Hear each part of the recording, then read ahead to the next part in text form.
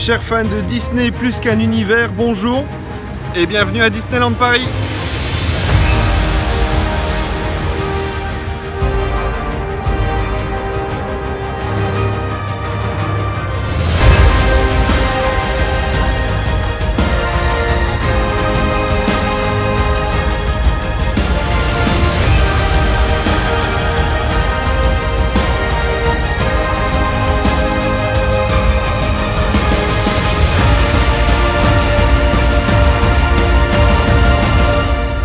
Alors si tout comme moi vous êtes fan de Disneyland Paris, vous attendez avec impatience le 15 juillet, date qui marquera 4 mois de fermeture liée au Covid-19, chose qui n'était jamais arrivée de toute l'histoire de Disneyland Paris. Aujourd'hui nous sommes le 11 juillet, nous sommes samedi 11 juillet, nous sommes invités par l'équipe de Disneyland Paris à tester les mesures sanitaires prises par le parc. Alors on va faire un petit tour du parc et on va vous montrer tout ça. Dès votre arrivée sur le resort, les différentes mesures Covid sont applicables. En voici un bref récapitulatif. Le masque est obligatoire pour tout le monde à partir de 11 ans sur l'ensemble des deux parcs, y compris dans les allées. La distance physique d'1 mètre entre chaque groupe doit être respectée. Le lavage des mains et l'utilisation de gel hydroalcoolique est obligatoire à l'entrée et à la sortie de chaque attraction. Et enfin, tousser ou éternuer dans son coude ou dans un mouchoir à usage unique qui valsera à la poubelle après chaque utilisation. Au sol, vous pouvez remarquer des étiquettes de couleur avec pour inscription « Distance à respecter ». Vous les retrouverez sur l'ensemble du complexe ainsi que dans les files d'attente. Elles sont positionnées afin de respecter les distances sociales, la station debout sur ces étiquettes étant interdite.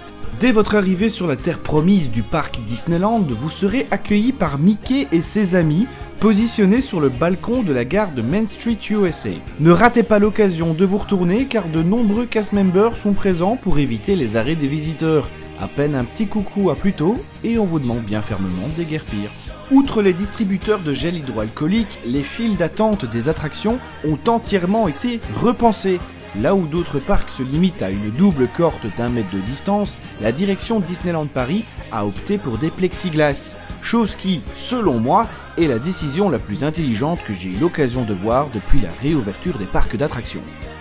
Concernant les attractions, afin d'assurer la sécurité des visiteurs et les distances sociales, les bateaux, trains et autres wagons sont chargés à 50% de leur capacité, permettant ainsi de laisser une rangée de libre entre chaque famille.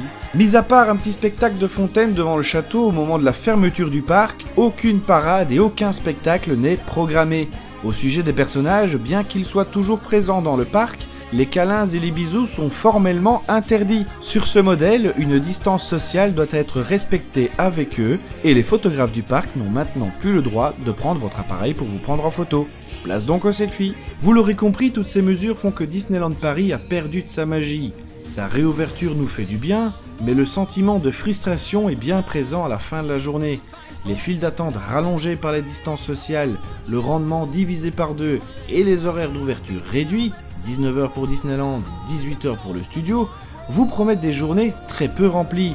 Bien que sa capacité soit limitée dès ce 15 juillet, le service Fast-Pass est retiré et les quelques animations de rue qui permettaient de vider les files sont désormais inexistantes. Ajoutons à cela qu'il vous faudra patienter avant d'entrer dans un magasin ou un restaurant. Disneyland Paris risque de très vite se transformer en un gigantesque hall de gare. Petite précision, si vous souhaitez vous rendre sur le parc à l'improviste, il vous sera refusé l'accès si vous ne vous êtes pas enregistré sur le site web au préalable. Et ce, même si vous êtes en possession d'un pass annuel. Pour les séjours de 2 jours ou plus, sachez que seul l'hôtel Newport Bay Club sera ouvert.